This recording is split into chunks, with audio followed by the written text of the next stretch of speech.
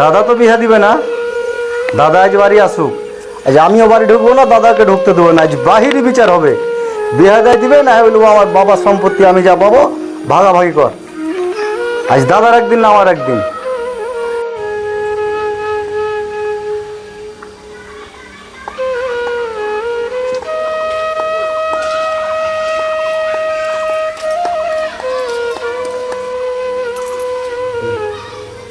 কি ব্যাপার, তুই গেটের মুখে বসে কি হচ্ছিস? হট, গেট থেকে হট। গেট খুলবো। কোথা থেকে নেশা ভান করে এসে গাঁজা ফাঁজা খেয়েছে বুঝছিস নাকি? Hot hot. কি হট হট, কি হট হট? হয় আমার বিহা দাও, না হলে আমার বাবার যা জায়গা জমি আছে সব ভাগ দাও। কিসের জায়গা জমি ভাগবে? বাপের জায়গা জমি তোকে বুঝিয়ে দিয়ে গেছে, তুই কাগজপত্র দেখবি? কাগজপত্র দেখেছিস? কাগজপত্র দেখে কথা বলিস সব শুনে। যা ভাগ ওখান থেকে, দরজা খুলতে দে। গেট খোলা হবে না। আজ যদি গেট খোলো হয় তুমি মরবে, না হলে আমি মরবো। গেট খুলতে দিব না, যা হবে এখানেই ফয়সালা হবে। গেট বন্ধ করি। খুব বড় বড় কথা হয়েছে নাকি তোর? ভালো ভালো বলছি, গাঁজা মদ খেয়ে আসছিস শুধু বাড়ি থেকে মারা টাটকে লাল করে দেবো একদম। এক থাপ্পড় দিয়ে একদম লাল করে দেবো।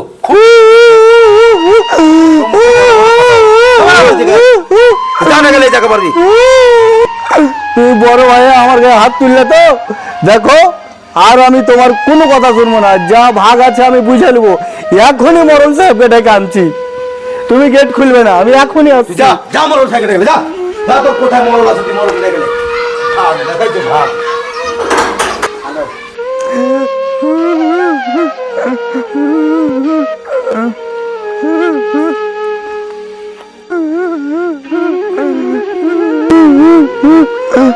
মরল সাহেব বাড়িতে নাই? বাড়িতে নেই, নদীতে হারিয়ে গেছে ও। আচ্ছা ঠিক আছে, আমি নদীর ধার যাচ্ছি। যান।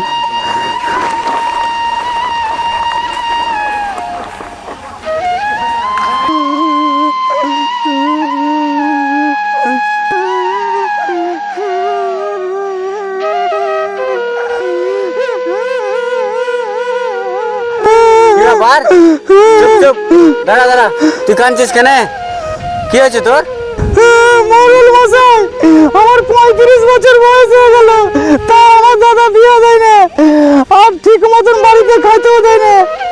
তাই আমি রাগ করে বলেছি আমার যা সম্পত্তি আছে দুভাইয়ে ভাগ করে নেব।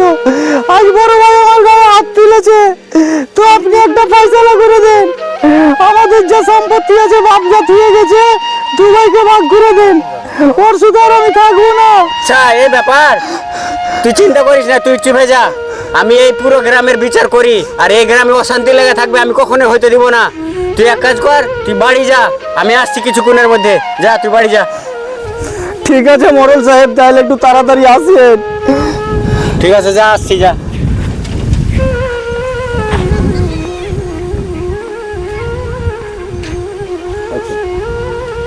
আর বড় ভাইটা এরকম টাইপের মানুষ আমার তো বিশ্বাসই হয় না।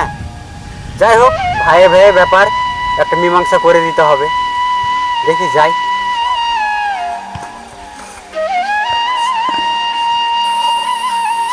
ওরে সাদা। ও মোরল মশাই আসছেন, বসেন।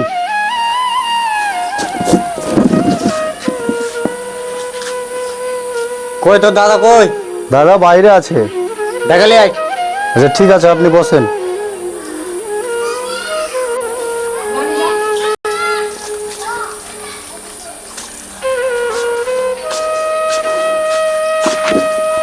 হ্যাঁ, তো কি ব্যাপার মোহর মশাই?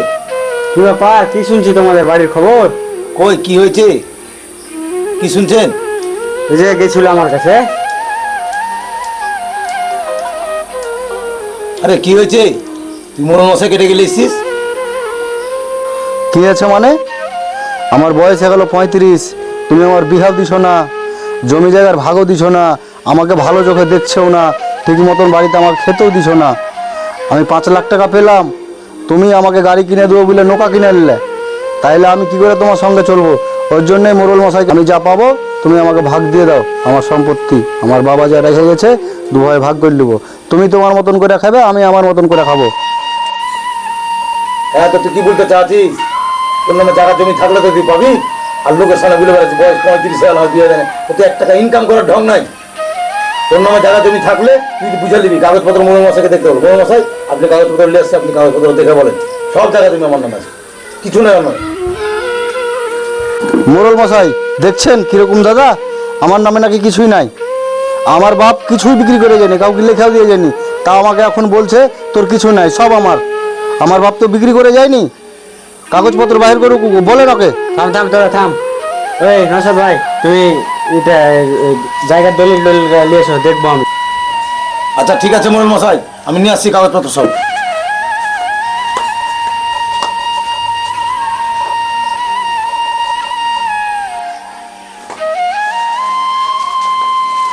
কই দেখি? এই দেখেন এই ফাইলে সব আছে।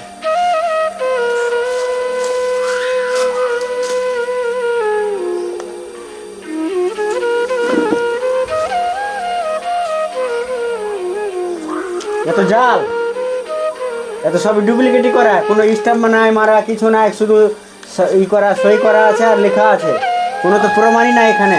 আপনি পাগলা হয়েছেন নাকি? পাগলা কেন হয়ে যাব? এত বড় গ্রামের বিচার করে বেড়ায়, আমি পাগলা হয়ে যাব? এলো জাল। সবই তো জাল। আর তোমরা দু ভাইয়ের মধ্যে দুজনের সমান জায়গা থাকবে, ও আর কিছু থাকবে না, তোমার কি করে থাকবে? হ্যাঁ, পাইতারামো পেয়েছো? গ্রামে থাকতে হলে ভালো করে থাকো, নাহলে তোমাকে তাড়িয়ে দেবো গ্রাম থেকে। ভাইয়ের জায়গা কেমন লেখা নিয়ে নিচ্ছে দেখো না সাদ, তোমার এটা অন্যায় হয়েছে। তোমার বাবা যে সম্পত্তিগুলো রেখে গেছে তোমরা দু ভাই সমান ভাগে ভাগ করে নিবা, আর যে নৌকাটা কিনেছে বলছে ওই নৌকাটার অর্ধেক ভাগ তুমি ওকে দিয়ে দিবা। আর এই দুনিয়াতে ভাই বোনের অধিকার কেড়ে নিলে আল্লাহ ক্ষমা করবে না, তো এসব করতে হয় না। আর ওর বয়স হয়েছে একটা, তুমি যেহেতু বড় দাদা, একটা বউ দেখে ওর বিয়েটা দিয়ে দিও, যেহেতু ওকেও সংসার করতে হবে। তো চলো তোমরা দু ভাই মিলেমিশে থাকো, আর ঝগড়া টগড়া করিও না, আর জমি জায়গা ভাগ তোমরা এক অপরকে লিখে দিয়ে থাকো। ঠিক আছে মোড়ল মশাই, আপনার কথা আমি বুঝতে পেরেছি। ভাইদের হক কিংবা আমার ছোটো ভাইয়ের হক আমি মারবো না, ওর ন্যায্য ভাগ আমি বুঝিয়ে দেবো। আর ওর বয়স হয়ে গেছে যথেষ্ট, বিয়ে শাড়ি দিয়ে দেবো। আপনার কথা যেগুলো বললেন সবগুলো আমি ঠিকঠাক পালন করবো। ঠিক আছে। ঠিক আছে ভাই, যেটা করেছিলাম আমি ভুল করেছিলাম, তোর ন্যায্য অধিকার আমি তোকে বুঝিয়ে দেবো। আর তোর বয়স হয়ে গেছে, তোর আমি বিয়ে শাড়ি দিয়ে দেবো। হ্যাঁ, মোড়ল মশাই যে সবগুলো বলে গেলো আমি সবগুলো আমাকে ক্ষমা করে দিস।